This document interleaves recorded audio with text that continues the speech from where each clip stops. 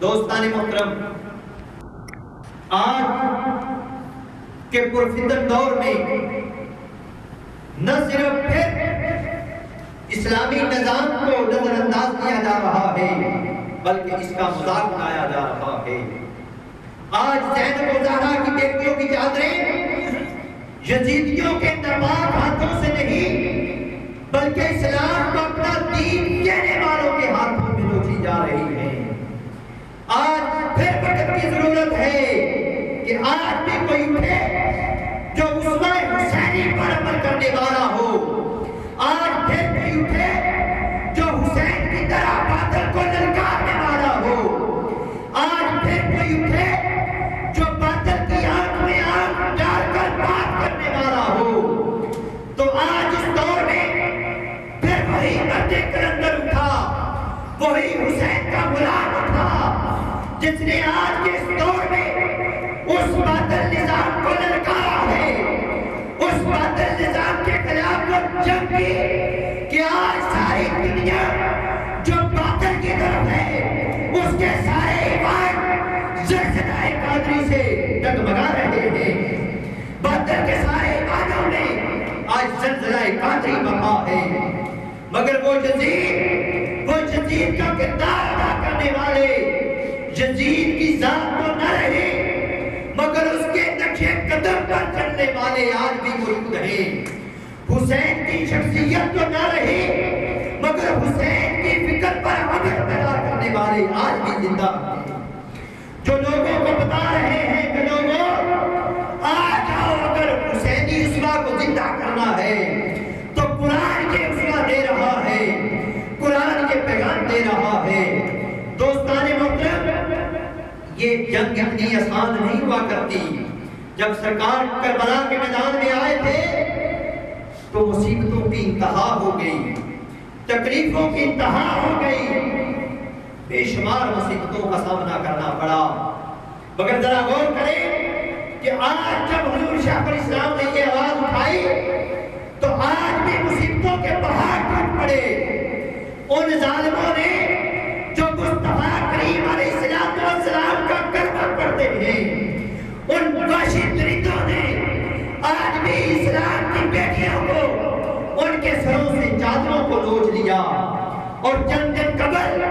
جب ہمارا ایک قافلہ گجرانوالہ سے لاہور کی طرف جا رہا تھا، اس کی چند گاڑیاں پیچھے رہ گئی تو عورتوں کو بسوں سے اتار کر اور ایک ننھی سی بچی کو ایک ماں کی آنکھوں کے سامنے گولی مار کے شہید کر دیا۔ آج ان ظالموں کی درندگی ساری دنیا پر عیاں ہو چکی ہے، ان کے ظلم و ستم ساری دنیا دیکھ رہی ہے، ان کی بربریت ساری دنیا دیکھ رہی ہے۔ ایک طرف ان کی بربریت ہے مگر دوسری طرف امام علی مقام کے غلاموں کے صبر کی انتہا ہو گئی، ایک طرف ان کے جبر کی انتہا ہو گئی مگر دوسری طرف آقا کے غلاموں کے صبر کی انتہا ہو گئی۔ یہ سارا کچھ کر کے مگر اس کے باوجود اتنے لوگوں کو شہید کر دیا، 100 سے زیادہ لوگوں کو زخمی کر دیا، مگر پھر بھی صبر کا دامن ہاتھ سے نہیں چھوڑا۔ یہی حسین کا اسوہ ہے، یہی امام حسین کی فکر اس امت کو پیغام دے رہی ہے کہ لوگوں بڑے سے بڑے مصیبت بھی آ جائے تو صبر کا دامن ہاتھ سے نہ چھوڑنا۔ اور اس صبر کی دلیل چند دن قبل یہ جمعے کو ساری دنیا نے یہ نظارہ دیکھا کہ جس پارلیمنٹ کے باہر لا الہ الا اللہ محمد رسول اللہ لکھا ہوا ہے، وہ عظیم کلمہ لکھا ہوا ہے، اس میں بیٹھنے والے ایسے درندہ صفت بن رہے ہیں کہ ان کو نہ کوئی انسانیت کا لحاظ ہے، نہ کوئی بیٹیوں کا لحاظ ہے، نہ اس قوم کے بیٹوں کا لحاظ ہے۔ وہ ایک طرف ان کی یہ کہا مگر دوسری طرف پاکستان کی تاریخ میں پہلی بار پارلیمنٹ ہاؤس کے سامنے اور عبادتوں کے سامنے لاکھوں کی تعداد میں حضور شیخ الاسلام نے پاکستان کی تاریخ میں پہلی دفعہ نماز جمعہ ادا کروا کے یہ ساری مغربی دنیا کو اور عالم اسلام کو پیغام دیا، لوگوں ہم دہشت گرد نہیں ہیں، ارے ہم تربیت والے نہیں ہیں، ہم ظلم و ستم والے نہیں ہیں، ہمارا تعلق بارود والوں سے نہیں ہے، بلکہ ہمارا تعلق مصطفیٰ کی درود والوں سے ہے۔ ہم درود والے نہیں ہیں بلکہ ہم درود والے ہیں، ہم مصطفیٰ کریم علیہ السلام کی ذات پر درود پڑھنے والے ہیں۔ ارے آسمان کی آنکھوں نے دیکھا کہ اس پارلیمنٹ ہاؤس کے سامنے یہ ایک انوکھی داستان ہے، یہ ذات میں حضور شیخ الاسلام کو حاصل ہے کہ جس میں لاکھوں لوگ ان کے جبر کے باوجود جب اللہ اکبر کی صدا ہوئی تو اللہ کے حضور قیام کے لیے کھڑے ہو گئے، اللہ کے حضور رکوع کے لیے جھک گئے، اللہ کے حضور اپنی زمینوں کو جھکا دیا۔ یہ پیغام ساری دنیا کو کنوے کر دیا، یہ پیغام ساری دنیا کو پہنچا دیا، لوگوں ہم مصطفیٰ کریم علیہ السلام کے علم کو بلند کرنا چاہتے ہیں اس دنیا میں، ہم اس نظام کو نافذ کرنا چاہتے ہیں، مگر امن کی طاقت کے ساتھ، محبت کی طاقت کے ساتھ، خلوص کی طاقت کے ساتھ، صدق کی طاقت کے ساتھ ہم بربریت نہیں کرنا چاہتے۔ ہمارا دامن کل بھی صاف تھا اور ہمارا دامن آج بھی صاف ہے، تاکہ دنیا کو پتہ چلے کہ یہ حسین آقا کریم علیہ السلام کے نواسے کے غلام رہتے ہیں، مصطفیٰ کریم علیہ السلام کے غلام بیٹھے ہیں، آپ پر درود پڑھنے والے بیٹھے ہیں۔ دوستان محترم، یہ وہ آواز تھی جو قرآن دے رہا ہے، یہ شعور حضور شیخ الاسلام نے اس امت کو دیا، اس قوم کو دیا، اور قوم کا شعور بیدار کیا کہ لوگوں قرآن بتا رہا ہے ان اللہ لا یغیر ما بقوم حتی یغیروا ما بانفسہم۔ ارے تاریخ شاہد ہے اس بات پر کہ خدا کا فرمان ہے کہ خدا نے آج تک اس قوم کی حالت کبھی نہیں بدلی۔ ارے جو قوم اپنی حالت کو بدلنے کے لیے دکھا نہیں جایا کرتی، جو قوم اپنے حقوق کو لینے کے لیے باعث نہیں بناتی، جو قوم اپنی جنگ خود نہیں کرتی، کاوش نہیں کرتی، محنت نہیں کرتی، اللہ کی ذات میں آج تک قوم کی حالت نہیں بدلتا۔ یہ وہ شعور تھا، یہ وہ انقلاب کا پیغام تھا جو حضور شیخ الاسلام عرصہ دراز سے امت کو دیتے رہے، اور آج اسی انقلاب کا، اسی آواز کا یہ ثمر ہے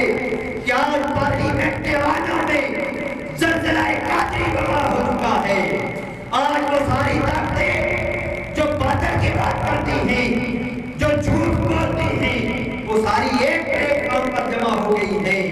اور حق کی آواز بلند کرنے والے ایک پلیٹفارم پر ہیں، اور دنیا کو بتا رہے ہیں کہ حق کل بھی غالب آیا تھا اور حق آج بھی غالب آنے والا ہے۔ لوگوں صبر کا دامن نہ چھوڑنا،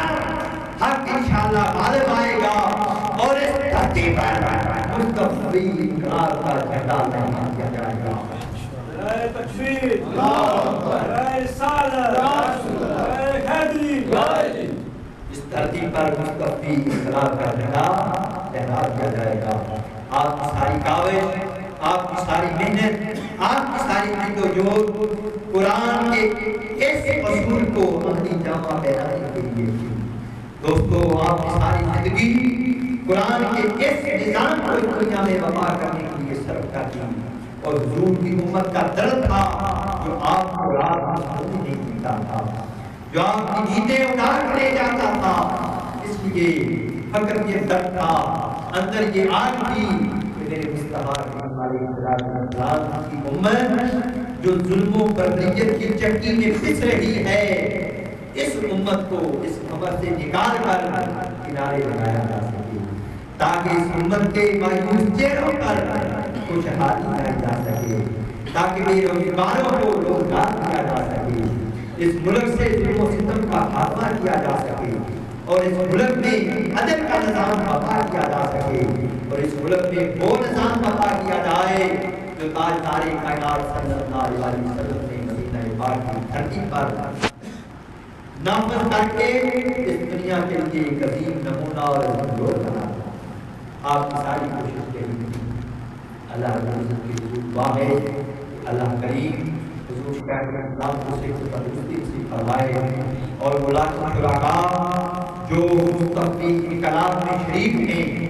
اللہ کریم ان سب کو اپنے حفظ و امان میں رکھے، ان سب کو صحت و تندرستی نصیب فرمائے